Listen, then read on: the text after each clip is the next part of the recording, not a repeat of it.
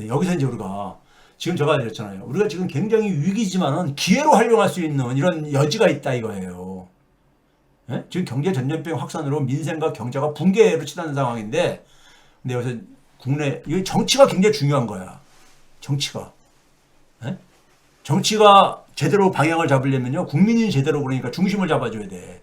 일부 정치인들이 지금 딴 세상 사람으로 지금 가고 있죠. 딴 세상 사람 가고 있잖아요. 그 부분을 잠깐 제가 멘트를 하고 좀 저기 갈게요. 이 깝깝해가지고 하는 얘기인데, 이게 무슨 얘기냐면요. 설 연휴에 대부분 정치인들 메시지에 국민이 공감하지 못한 이유. 이게 뭡니까? 정치인에게 요구되는 주요한 자질이 뭡니까? 시대 정신이라거든요. 정치는 뭔가를 한번 생각해 보세요. 제가 옛날에 이렇게 사회 구성을 얘기하면서 우리가 시장이라는 거하고 민주주의가 두 개가 양축이라고 그랬잖아요. 시장은 돈의 힘이 지배하는 곳입니다.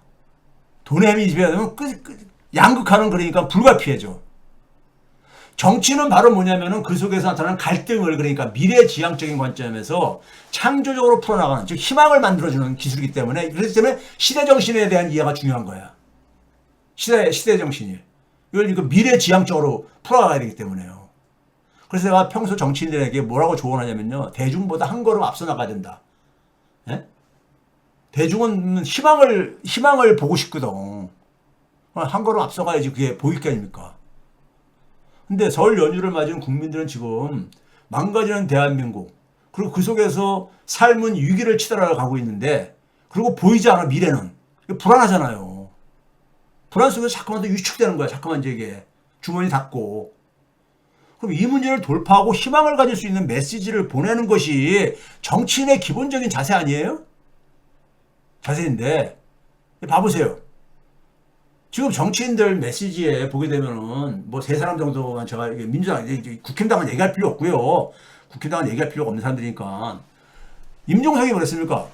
친명 색깔만으로 국민 과반 신뢰 얻기 어려워. 24일에 얘기한 겁니다. 29일 날에는 민주주의에는 완성이 없어. 쌓기 어렵고 무너지기 쉬워. 나 이거 보고선요, 참 진짜. 그 다음에 김경수는 뭐랬습니까? 이 양반은 그 유학 갔다가 지난해 그러니까는 비상계엄 때 이제 급히 이제 들어왔잖아요. 어쨌든 간에 지방자치단체장 됐으니까는 경남지사. 균형 발전이라든가 양극화 이런 거에 대한 해법 찾아서 오겠다.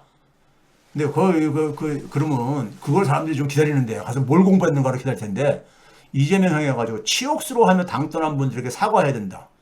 일극체제 당내 문화를 바꿔야 된다. 이런 소리 했어요.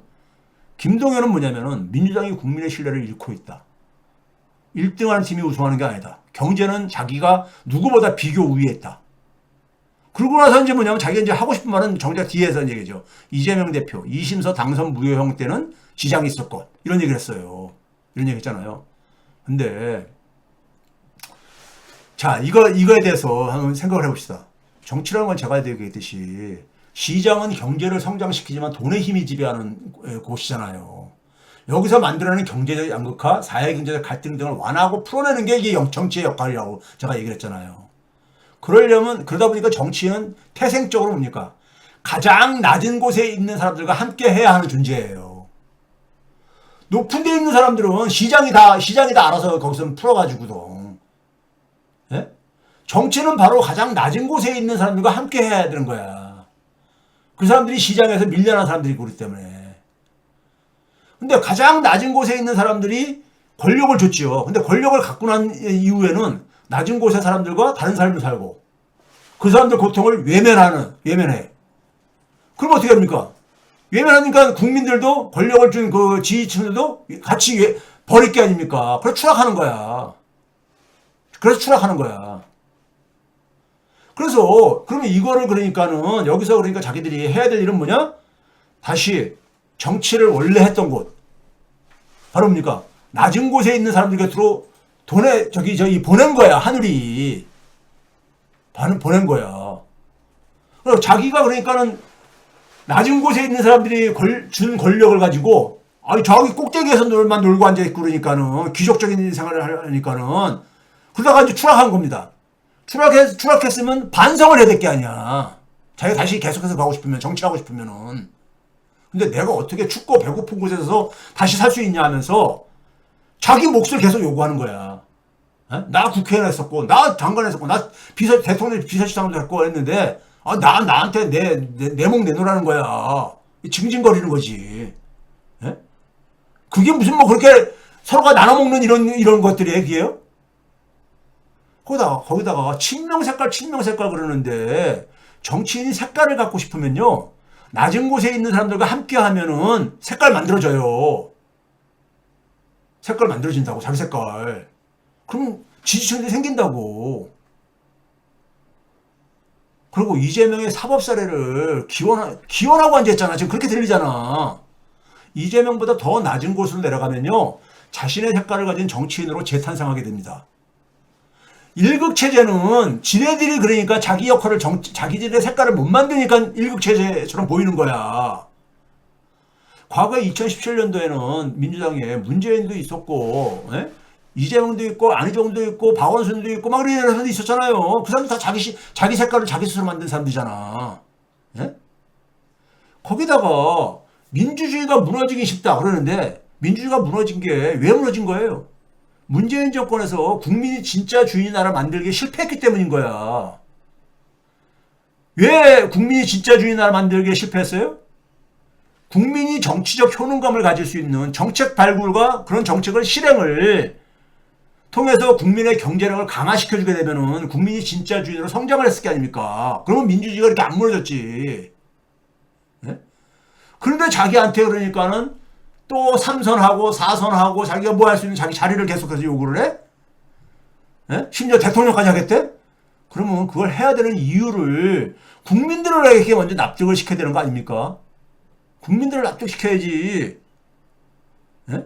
그러면 다양한 컬러가 자기들이 생각하는 다양한 컬러가 그대로 만들어져요.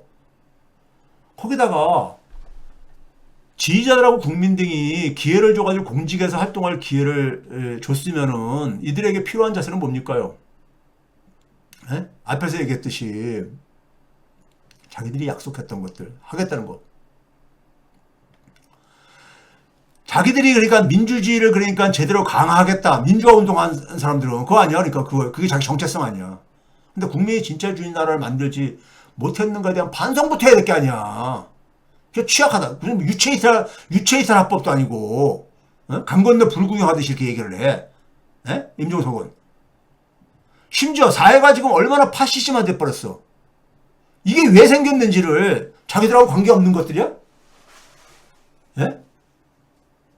그 다음에 고위공직자였던 사람들, 그래서 김동연 같은 정치인이죠. 국민의 아픔, 국민이 왜 이렇게 문재인 정권을 버렸습니까? 부동산 문제였잖아. 가장 대표적인 게.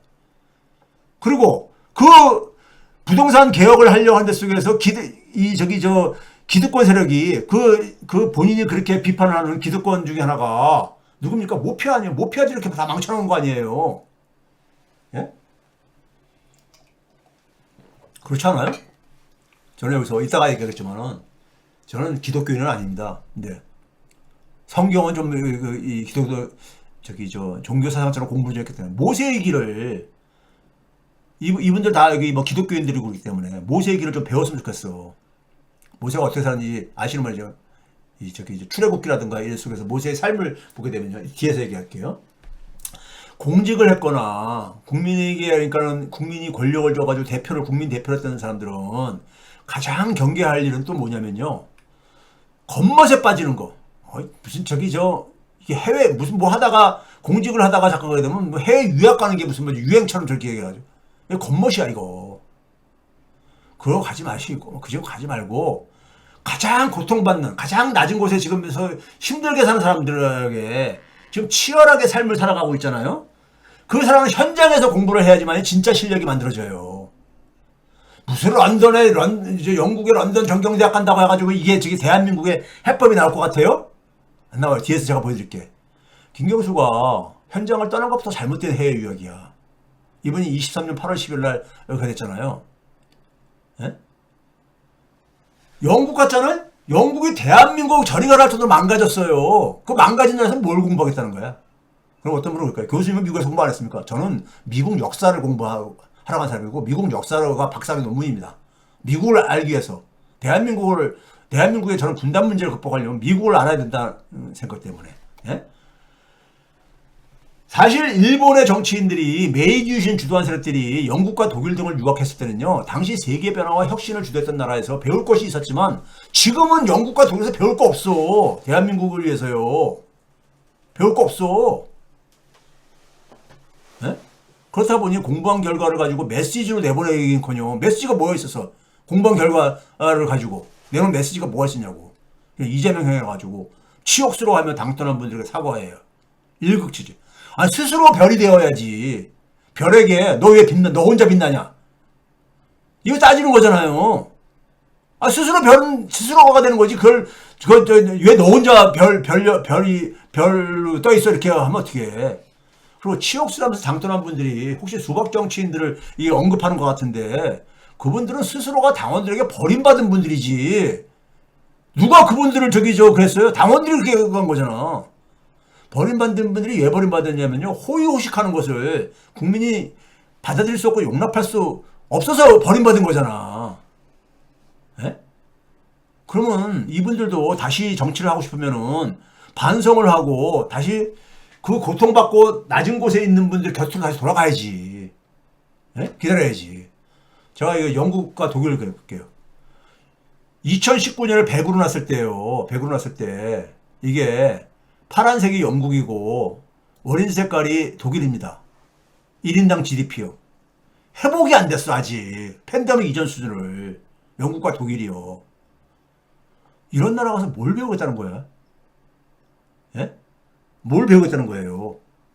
자, 그 다음에 영국과 독일의 서민 소득 비중을 봐보세요.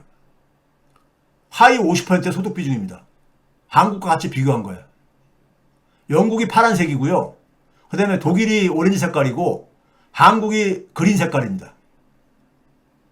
최근 걸로만 봐봅시다. 한국이 제일 높아. 그래도 21.2%, 영국이 20.1%, 독일이 19.2%야. 여기 나라에서 뭘 배우겠다는 거야. 여기 나라에서 알고 있는 그 제도는요, 수명이 다 했어. 그래서 이렇게 망가지고 있는 거야. 그거보다도 우리 현장에 답이 있다고. 현장에 답이 있는데, 예? 유학까지 말고 현장으로 돌아가가지고 그럼 되는 거였었어요. 예? 그러니까 본인들이 그러니까는 권력을 국민들한테 부여받기 전에는 광야에서 정치를 하다 보니까는, 예? 낮은 곳에 있는 사람들과 함께 한 거야. 그러다가 권력을 갖고 나니까는 갑자기 그러니까는 저 꼭대기로 올라가가지고, 예?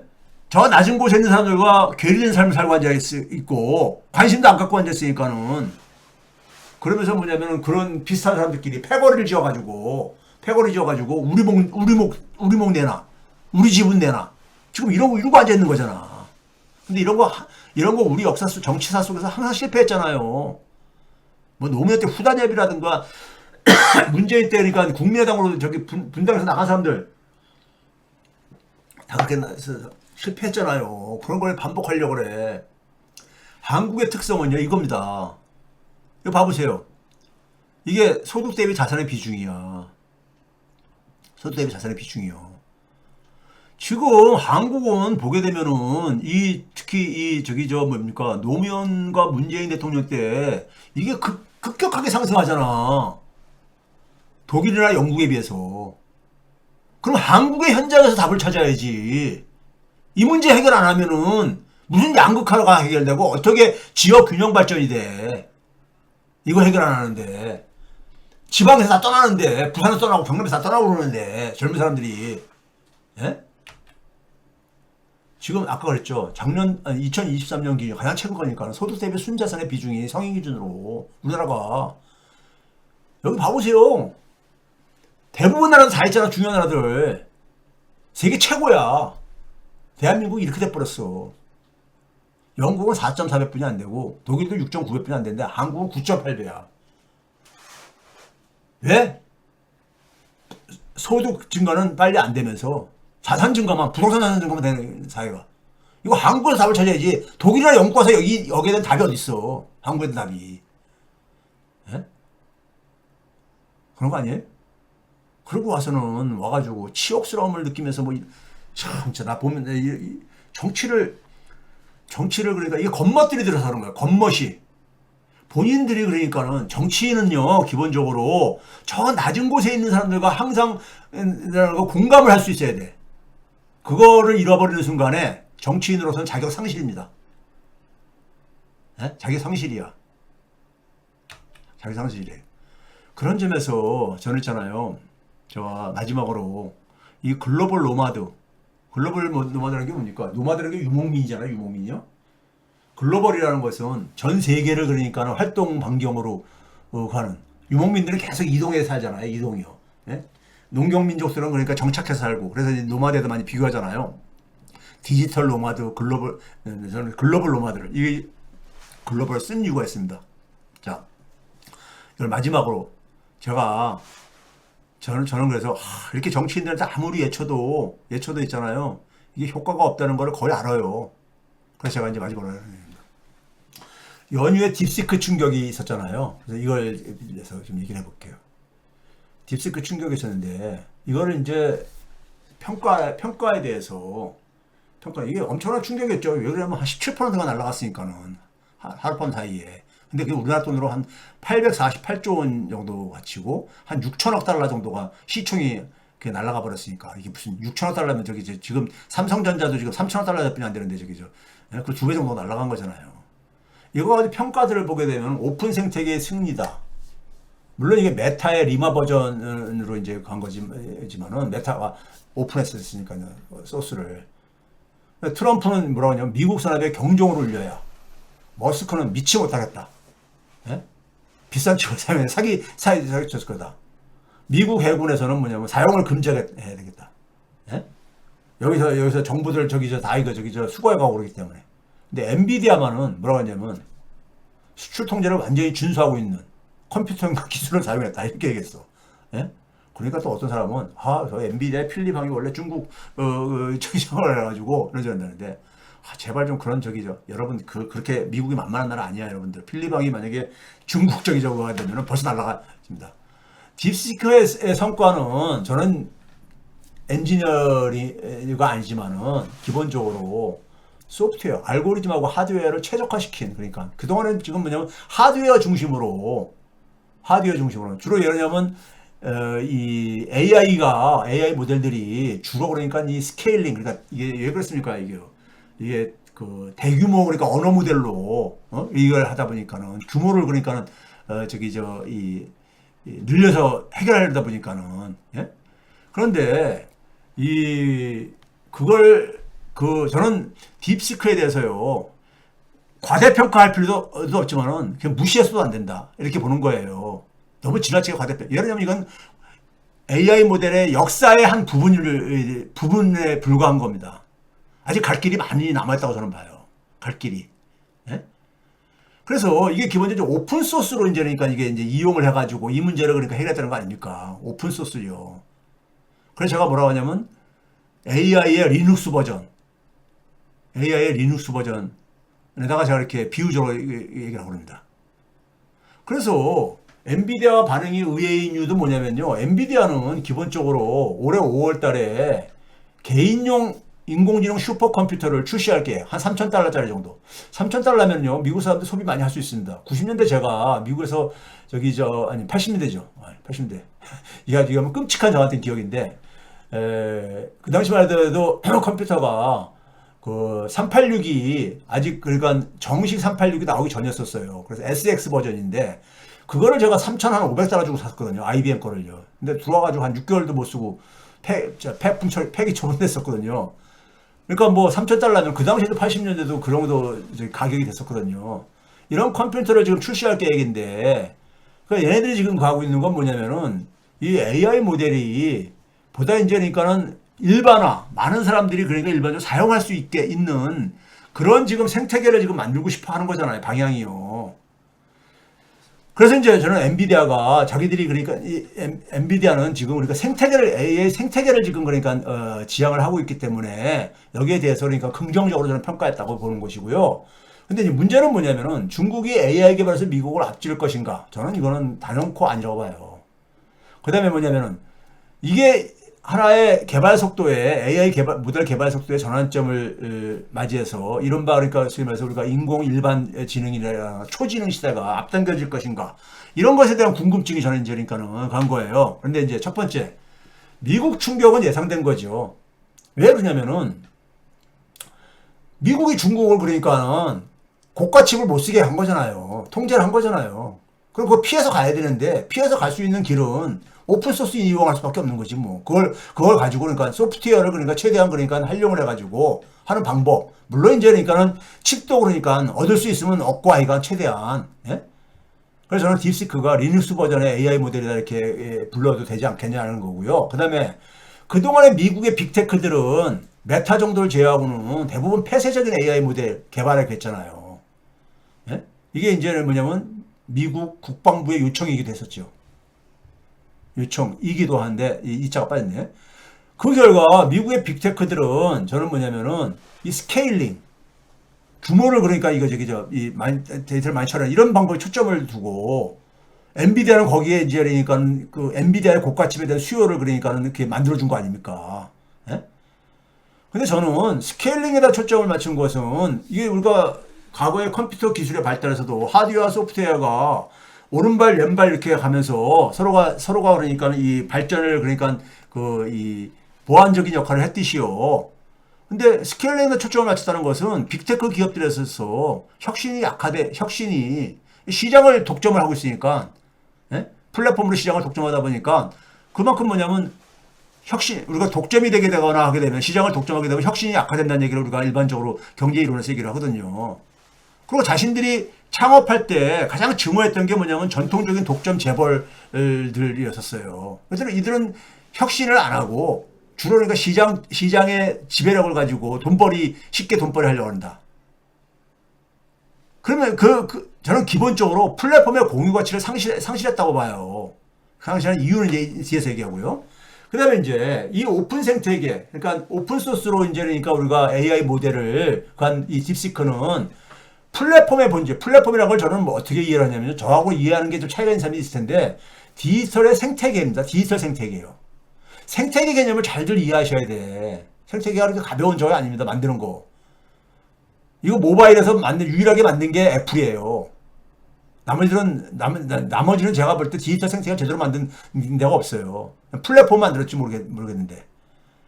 이 플랫폼은요, 디지털 생태계의 핵심 가치는 뭐냐면 공유하고 협력입니다. 애플이 모바일에다가 딱 만든 다음에 모르겠습니까요? 거기에 공급되어지는 소프트웨어라든가 콘텐츠라든가 이런 것들을 소위 말해가지고 이익을 공유하면서 그걸 그러니까는 멋들어진 앱 생태계를 만들었잖아요. 예? 이게 협력이잖아요. 바깥에 있는 기업 바깥에 있는 수억 명들하고 협력을 통해 가지고 이익을 공유해 가지고 그래야지만이 이게 플랫폼이 만들어지거든. 그래야지만이 거기서 그러니까 우리가 애플이 그래서 우리가 1위 기업을 비약한 이유가 그 모바일 생태계 만들었는데 이번에 그 딥시크를 만들 양원평이 원래가 이게 뭐 이 퀀텀 펀드로 해서 돈을 많이 또 벌었다고 하더라고요. 근데 아이가 작년에 이런 무슨 얘기를 했냐면 이랬습니다. 기술 혁신을 틈타서 폭리를 취하는 것이 딥시크의 목적 아니다.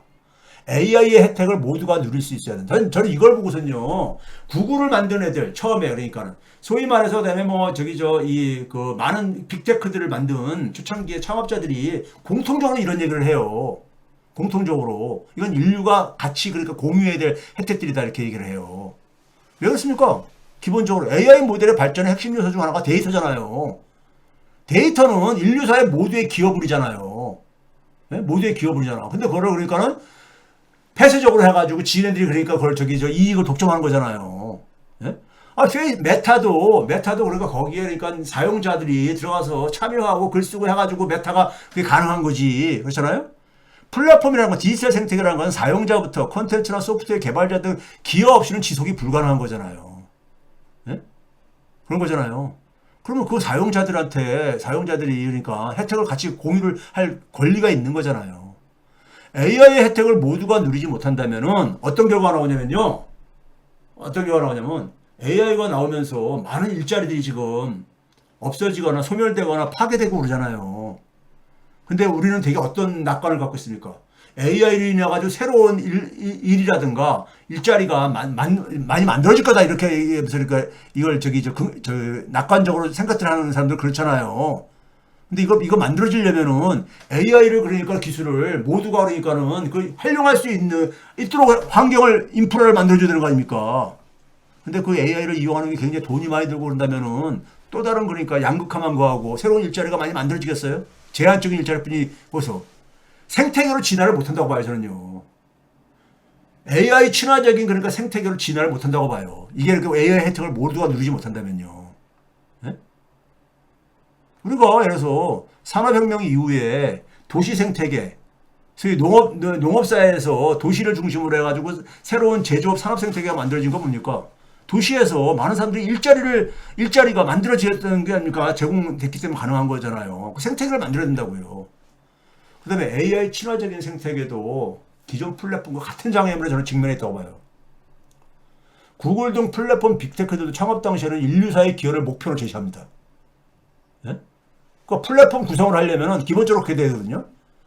지 혼자 돈 벌고 지 혼자 가기 때문에 누가 구글을 가서 참여하고 그러겠어요. 그러면서 뭐냐면 이들이 내세운 건 뭐냐면 혁신의 즐거움을 추구하겠다. 혁신의 즐거움을. 그 혁신을 통해서 인류사에 기여를 하겠다. 이런 목표를 제시를 해요. 근데 이제 뭐냐면 이제 자본의 논리. 개발 자본을 계속해서 자본을 하려다 보니까 어떻게 합니까? 돈벌이를 해야 될 게 아니야. 돈벌이를 막 요구합니다. 그래서 여러분 초창기에 빅테크들을 만든 초창기 스타트업들이 그 처음에 참여했던 사람들은 많은 분들이 IPO 그러니까 기업 공개지요. 예? 이 기업 시장에 상장을 시켜가지고 자본 조달을 하는 문제를 이걸 반대하고 그랬었어요. 왜 그걸 거기에 하는 동안 거기에 이 상장시키는 순간에 그 투자자들한테 주주들한테 간섭받고 예? 주주들은 뭐냐면 돈벌이를 보여달라고 그러니까요. 예?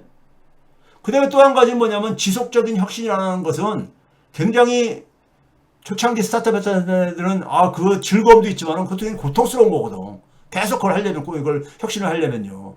이것도 이제 회피하고 싶은. 그래가지고 시장 독점으로 그러니까 돈벌이 쉽게 하는 방식으로. 그래가지고 자신들이 증오하던 전통적인 재벌 괴물로 진화된 거잖아요. 여기에 뭐냐면 국가 간의 패권 경쟁. 국가들이 뭐냐면은 자기네만 그러니까 육성하겠다. 이렇게 하면서 혁신이 약화된 거죠. 그러다가 오픈 생태계의 일격을 맞는 결과는 자연스러운 거예요.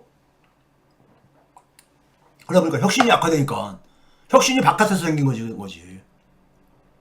그러니까 AI 혜택을 모두 누려야만 가능한 AI 친화적인 새로운 생태계로 진화했어서 자본 논리하고 심지어 국가 패권 논리. 그래서 뭐냐면 소버린 AI라는 말을 하는 거잖아요. 국적 있는 AI. 예? 우리나라에서 보니까 한국 국적의 AI 모델을 개발한다. 이게 지금 뭐냐면 국가 중심주의잖아. 국가 자국 이익 중심주의. 이게 큰 장애물을 작용할 겁니다. 이거 오픈소스가 아니잖아. 자본 논리나 국가 패권 논리는 이건 폐쇄적인 저거잖아요. 폐쇄성을 갖는 한에 있어서는 저는 생태계를 만드는 데는 굉장히 방해가 되거나 만들어져도 굉장히 오랜 시간이 걸린다. 저는 이렇게 봅니다. 논리적으로. 네 번째, 중국은 AI 개발에서 미국을 제칠 수 있는가? 단연코 전 노예예요. 딥시크는 중국이 만들어낼 거의 최대치가 될 AI 모델이다. 저는 이렇게 봐요. 왜 그러냐? 중국도 기본적으로 중국은 국가 패권 논리가 여기에 개입 안 할 수가 없거든. 량원핑도 처음에 이렇게 가지만은 량원핑 개인이 그러니까 중국의 국가 권력을 그러니까 넘어서기는 예? 이건 쉽지가 않고요. 예? 이게 기본적으로 기존에 그러니까 우리가 흔히 말해서 중국에는 플랫폼을 갈 때 미국 플랫폼을 쫓아간 플랫폼을 대표적으로 예를 들어서 바트를 얘기하잖아요. 바이두라든가 알리바바, 텐센트 얘기잖아요. 이게 중국 플랫폼의 최대치잖아요. 딥시크도 저는 이게 그러니까 AI 모델의 최대치가 될 가능성이 크다. 거기다가 뭐냐면 딥시크가 프라이버시와 정책이 약간의 보게 되면 사용 장비 정비, 키보드 입력 패턴, 리듬, IP 정보, 장치 아이디, 쿠키 이런 것들을 모든 정보가 그러니까 중국 내에 있는 보안 서버에 하고 있잖아요. 개인들 저거에 대해서 예? 그 중국이 가지고 있는 전형적인 저거잖아요. 이 국가 통제 저기 이거요. 그래서 근데 미국이나 서방은 지금 뭐냐면은 미국은 지금 앞에서 얘기했듯이 지금 가장 중요한 게 중국 제압이란 말이에요. 그래서 중국 포비아를 그러니까 계속해서 이거 저기 그 자극하고 있죠. 예? 중국 공포. 그러니까 그럼 미국이라도 서방 사회가 중국 포비아를 극복하는 건요 혁신이에요. 가장 강한 거는 계속해서 지금 그동안에 중국을 그러니까 그래서 저기 제압하기 위해서 예? 저기 뭡니까 그 통제하고 해도 큰 성공을 못 했잖아요. 예? 서방 사회도 오픈 생태계로 방점을 바꾸고 플랫폼의 본질을 그러니까 미국이 중국을 계속해서 가는 건 뭐냐면 미국의 강점이 있잖아요. 혁신이 계속해서 이런 이 힘. 예? 플랫폼의 본질을 다시 생각할 때만이 중국을 저는 극복하는 것이 가능하다고 봐요. 그렇지 않은 이상에서는 중국의 계속해서 추격은 계속 반복될 겁니다. 그러니까 중국을 이기는 길은 중국 모델이 별로 그렇게 매력적이지가 않잖아요. 개인적 가치를 국가 목표에 종속시키니까 사용자들이 기본적으로 별로 좋아할 수가 없어. 네? 사용자들에게 예면받을 수 있는 하나의 그런 모델이죠. 네? 그러니까 AI 혁신이 모든 사회 구성원이 새로운 삶과 사업 혁신의 기회로 일거리를 만드는 데서 그래서 기회로 활용할 수 있는 이런 사회 인프라를 갖는 사회로 나아가는 길만이 국가라든가 자국 중심주의 체제인 중국과의 경쟁에서 이길 뿐만 아니라 중국 포비아를 극복할 수 있는 길이라고 봐요. 근데 이게 쉽냐 이게. 네? 미국도 마찬가지로 국가 중심주의, 자국 중심주의에서 예가 아니니까요. 그래서 저는 뭐냐면 소버린 인공지능 그러니까 국적 인공지능과 기후위기의 본질은 같다고 봐요. 왜? 이게 뭐냐면 자국 중심주의라는 근대성의 문제를 같이 공유하고 있거든요. 예? 자국 관점에서 하다 보니까 혁신이 그러니까 제대로 안 이루어지고 그런 거잖아요. 같이 공유를 못하는 거잖아요. 인류 사회가. 기후위기 문제라는 게 뭐예요? 기후위기 문제가 여러분 저는 지금 근대 국가의 근대 문명 속에서는 이거 해결 안 된다고 봐요. 비관적으로 봐요. 예? 그래서 비용을 사회화시키잖아요. 이걸 우리가 이제 환경 문제 이런 데서 많이 하는 얘기잖아요. 그러니까 뭐냐 비용을 사회화시킨다는 얘기는 내가 누리는 이익을 위해서 지불해야 되는 비용을 굉장히 적게 지불하는 거잖아요. 예? 그 많은 비용을 사회에다가 떠넘기는 거잖아요. 근데 이게 지금 뭐냐면 이제는 비용을 지구화시키는 게 기후위기 문제잖아요. 지구에다가 비용을 또 떠넘기는 거잖아요. 그게 일상이 된 거잖아요. 예를 들어서 플라스틱이 만약에 문제라면 플라스틱에 대한 막을 수 있는 방법 간단해요. 뭐입니까? 예?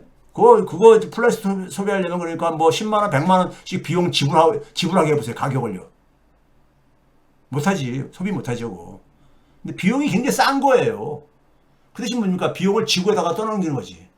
비용을 지구에 떠넘기는 거는 어떤 특정 국가의 범위를 벗어나 버리는 거니까. 예? 그 다음에 기본적으로 돈의 논리, 경제적 동물에 우리가 이코노미 애니멀스라고 하잖아요. 자본주의에서는 개인이나 기업이나 국가는 다 똑같은 경제적 동물들인 거야. 비용에 대한 부담을 증가시켜가지고 비용의 지구를 중단시키지 못하는 한에 있어서는요, 기후위기 문제는 근본적으로 해결이 불가능하다고 보는 사람입니다.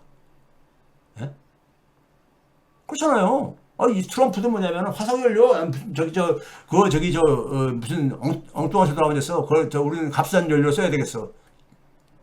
그런 점에서 일국가 혹은 일국적 틀에 갇힌 인간, 국적 중심의 인간형이죠. 한국 사람, 미국 사람, 중국 사람. 국적 중심의 인간형으로는요, AI나 기후위기 문제는 모두 해결하기 저는 어렵다고 봅니다. 초국적, 국적에서 자유로운 사고를 가지는 인간형맨이, 예? 인간형으로 저는 진화가 지금 요구받고 있다고 봐요. 그래서 제가 글로벌 노마드를 얘기하는 겁니다. 글로벌 노마드를.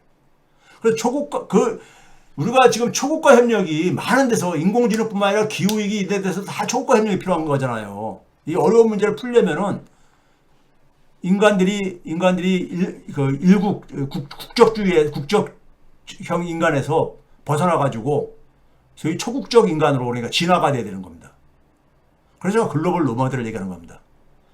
국적 중심주의 세상에서 벗어나가지고 초국적 소유자로 살아가고 있는 이게 지금 뭡니까요? 사실상 많은 사람은 그렇게 살고 있어. 디지털에서는 국적이라는 게 의미가 없잖아요. 의미 없잖아. 예? 그러니까 디지털에서는 다국적자들이야 다. 이게 희망을 저는 갖고 싶은데 세상이 있잖아요. 제가 여기서 오늘 좀 뜬금없는 소리를 할게요. 아까 앞에 제가 모세를 모델로 삼으랬잖아요. 세상이 지금 뭐냐면은 근대 산업혁명에서 새로운 세상으로 지금 그러니까 우리가 여정을 가려면 뭡니까? 새로운 인간이 필요로 해요. 새로운 인간이 되려면은 새로운 인간을 만들어낼 수 있는 새로운 사상이나 새로운 교육이 필요한 거예요. 왜? 세상이 바뀌었으니까. 그래서 제가 이 모세의 구약 성경의 출애굽기를 가는 게 모세가 40세에 부귀영화를 버리고 고통받는 이들에게 낮은 곳에 있는 사람들한테 자기가 돌아간 거잖아요. 그들과 함께 새로운 세상을 만들어주는 삶을 선택한 거잖아요. 그걸 가서 어떻게 합니까? 네? 80세나 돼가지고 하나님한테 계시를 받잖아. 이집트에서 이제 해방되고 십계명을 받고 그렇죠? 그 십계명이라는 게 바로 뭐예요? 그 당시 사람들한테 이걸 지켜라. 그게 바로 교육이죠. 그래서 사람을 그걸 40년 동안 하잖아요. 네? 그걸 시험시키잖아. 새로운 인간으로 그 당시 그러니까는 이 이집트에서 탈출해가지고 그 광야에서 사는 이스라엘 사람들을 40년 동안 율법을 가지고 가면서 합니다. 그래서 40년이 지난 120세가 되어가지고 이제 가나안으로 이제 본인은 못 넘어갔지만은 예? 가나안으로 이제 가라고 이제 이렇게 가잖아요. 여기서 저는 40이라는 게 왜 나올까 했는데 그 당시에 되게 이 평균 수명이요 한 40년.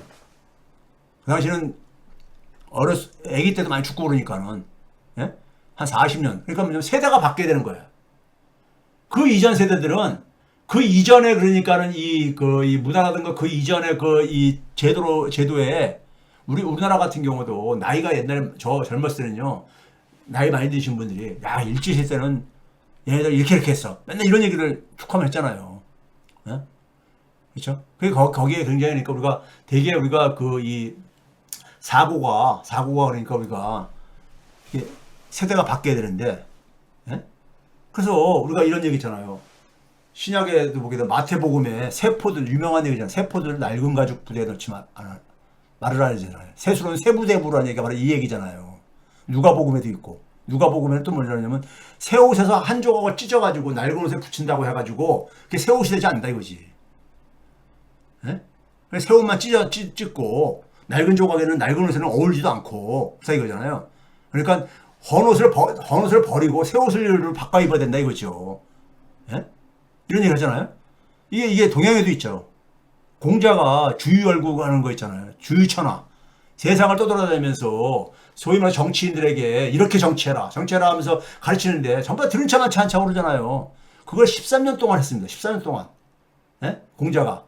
그러고 나서 마지막에 뭐라 합니까? 그럼에도 불구하고 이 사람들 공자님에 대해서 별로 관심도 안 갖고 왕따 시키듯이 이렇게 하다 보니까는 자기가 허송세월을 하고 있다는 걸 뒤늦게 가면서 무슨 얘기입니까? 돌아갈 거나 내 고향 노나라로 돌아갈 거나 내 고향 노나라에는 웅대한 뜻을 품은 젊은이들이 진취의 기상을 아직도 잃지 않고 기다리고 있을 터인데 나는 여기서 도대체 무엇을 하고 있단 말인가? 다시 돌아가 내 고향 노나라의 젊은이들에게 중정이 뭐야? 중용이죠. 공자가 발견한 그러니까 하나의 진리의 세계잖아요. 중정의 도를 가르쳐 주어야 할 것이 아니겠는가? 그러니까 이 왕들이라든가 기존의 그 기성세대들한테 아무리 그러니까 정치 이렇게 하라 가르쳐도 효과가 없는 거야. 듣지도 않고. 그러니까 새로운 젊은 사람들한테 다시 그러니까 가르치는 것이 그게 더 그러니까는 빠른 길이라고 해가지고 이게 나온 비유적인 표현이잖아요. 예? 표현이잖아. 이게 우리나라도 있습니다. 우리나라 동학에 수은 최재우가의 그 제자인 해월 있잖아요. 해월이요. 최시용. 해월이 이제 후천개벽.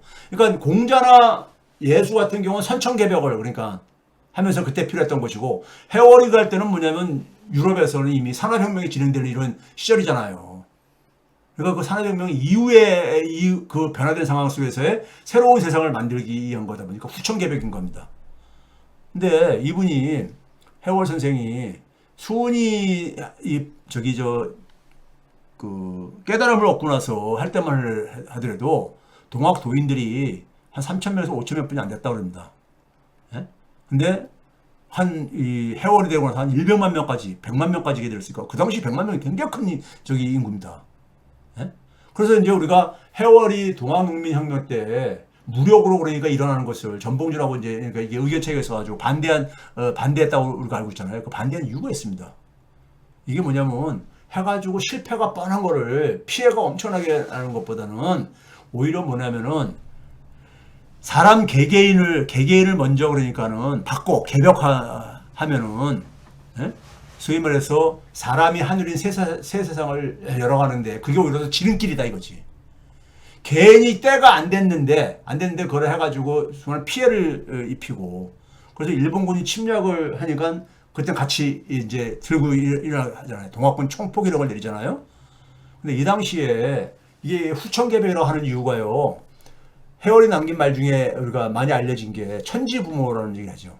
하늘과 땅이 다 부모다. 이건 뭡니까? 아버지는 하늘이고 어머니는 땅이라는 거죠. 천지라는 것은 만유 생명, 우리가 모든 생명의 원천이잖아요. 네? 모든 생명의 원천이잖아요. 이게 이제 기본적인. 그다음에 대인 전무를 얘기하죠. 사람을 대할 때 하늘처럼 대하라 이거예요. 그 다음에 만물을 대할 때도 마찬가지로 하늘처럼 가라 이거죠. 이게 서양의 계몽주의의 한계를 극복할 수 있는 거잖아요. 서양에서 계몽주의라는 건 뭐예요? 인간의 이성을 그러니까는 이성으로 해결이 안 되는 게 없다. 예? 유토피아까지 만들 수 있다. 그리고 자연은 그러니까 그러니까는 이 유토피아를 만드는 데 있어서 하나의 수단이다. 도구다. 그래서 자연 문제가 생기고 자연이 파괴되고 이렇게 된 거 아니에요. 예? 산업혁명 당시에 그러니까 서양의 서학을 보니까는 서학엔 그런 한계가 있는 거야. 그래서 사실 그 당시에 이미 기후위기 문제 해법을 제시하신 거예요. 그래서 후천개벽한 거예요. 그 다음에 또 뭐랬습니까? 향화설이라고 있죠. 향화설이. 나를 향해서 제사 지내라 이거예요. 우리가 제사를 지내는 건 되게 벽을 향해서 하고 하잖아요. 조상에 대해서 우리가 제사를 지내거나 신에 대해서 우리가 제사를 지내거나 예? 죽은 사람들에 대해서 제사를 지내거나 이 사람들이 다 그러니까 이 사람들한테 우리가 이게 엎드리고 이렇게 가는 거잖아요. 유계적인 이분법이죠. 예? 조상과 나, 신과 나, 죽음과 삶이 하나라는 이런 의식이 없는 거잖아요. 예? 그렇죠? 그러면서 뭐랍니까? 가장 강한 게 여성과 아이들을 하늘님처럼 섬기고 공경하라. 이게 무슨 얘기예요? 가장 취약한 사람이잖아. 여성과 아이들이. 가장 약자를 하나님으로 섬기면은 이건 해방된 세상이지. 해방된 세상이죠. 이런 얘기를 했기 때문에 이게 후천개벽인 거예요. 그 다음에 이 해월이 간 것 중에서 동학에서는 밥이 곧 하늘이라는 말이 있습니다. 밥사상이니까 이게 수은 체제어법 들어있는데 해월이 잡혀 들어가가지고 감옥에서 이제 큰 목에다가 그냥 큰 칼을 차고 우리 드라마에서 많이 보잖아요. 심한 고초를 겪을 때 이 옥바라지를 해월 선생을 옥바라지 하신 분이 누구냐면요. 이종훈 대접주입니다. 이종훈 대접주가 3.1운동 33인 중에 최고령자였었어요. 그리고 고려혁명에 고문까지 했었죠. 독립운동에 굉장히 했던 분이죠. 이분한테 뭐라고 하냐면 쌀을 몇만 말을 구해가지고 떡으로 좀 해와라. 뭘 하시게요, 선생님? 이곳에 있는 모두가 다 배고픈 사람들이라니까요. 이 옥에 들어가 있는 사람들은 제대로 먹을 거 줍니까? 예? 그 옥에 들어가 있는 갇혀 있는 사람들한테 그 사람들의 죄를 묻지 말고 떡을 골고루 다 나눠 주라 이거예요. 떡을 해다가 몇 마를 해다가 배가 고파 죽을 지경이면은요 가장 중요한 게 뭡니까? 밥이 하늘이죠, 뭘? 예? 그 사람들한테 제일 필요한 건 밥이지. 예? 그 사람들한테 너는 제가 그러니까 굉장히 악실적인 죄를 줬으니까 넌 밥을 안 줘. 뭐 이런 이게 아니라 예? 기본적으로 그러면 이 사람들이 그러니까 어떻게 또 그대로 이제 실행을 했어요, 제자가. 감옥에 갇힌 사람들이 모두 그러니까 감복을 할 게 아닙니까? 큰절을 하고 눈물도 흘리고 예? 그걸 통해서 이 사람들 다 그러니까 교화도 시키고. 그러니까 기본적으로 모든 사람은 굶주리지 않을 권리가 있다 이거야. 모든 사람은요. 이게 바로 뭐예요? 제가 평상시에 얘기하는 사회소득이잖아요. 예? 함께 살아가는 세상에서는 모든 사람은 자기가 최소한의 생계를 위해서 소득을 나눠받을 권리를 갖고 있다고 제가 그랬잖아요. 이걸 알면은 아까 앞에서 얘기했던 헛소리하는 정치인들, 예? 쓰잘데없는 그걸 하지 말고 저기 가장 낮은 곳에서 있는 사람들을 곁으로 가가지고 이거 실천하면 돼. 그럼 자기도 별이 돼. 자기도 칼라가 만들어져. 자, 그래서 제가 이 얘기를 하는 이유는 뭐냐면요. 이 세상이 바뀌려면은 어떤 정책 이런 것도 필요하지만은 기본적으로 새로운 사람이 해야 되는데 결국은 누구냐? 저는 그러니까 이 국적 중심주의에서 여러분들 지금 그러니까 우리가 특히 젊은 사람들 같은 경우는 태어날 때부터 인터넷을 이용했었고 그리고 이 디지털 기술에 굉장히 익숙하잖아요. 소위 말해서 디지털 노마드라고 우리가 하는데 저는 글로벌 노마드가 돼야 된다. 네? 국적 중심주의에서 벗어나가지고 인류사회 같이 그러니까 예를 들면 국가 간의 국가 이익을 따지게 되면요 해결할 수 있는 주요 문제가 하나도 없어. 그 속에서 벗어나야 돼. 그래야지만 이게 풀어갈 수가 있다고요. 우리 대한민국에서 이런 인재들이 많이 나와야 되는 거예요. 이런 인재들이. 저는 평생을 교육을 하다 보니까는 예? 그 우리 아들 딸애들이 살아갈 세상 적어도 그러니까 2100년 이 넘어서까지 살아갈 사람들이 직면해야 될 문제들을 해결할 역량을 키워줘야 될 게 아닙니까?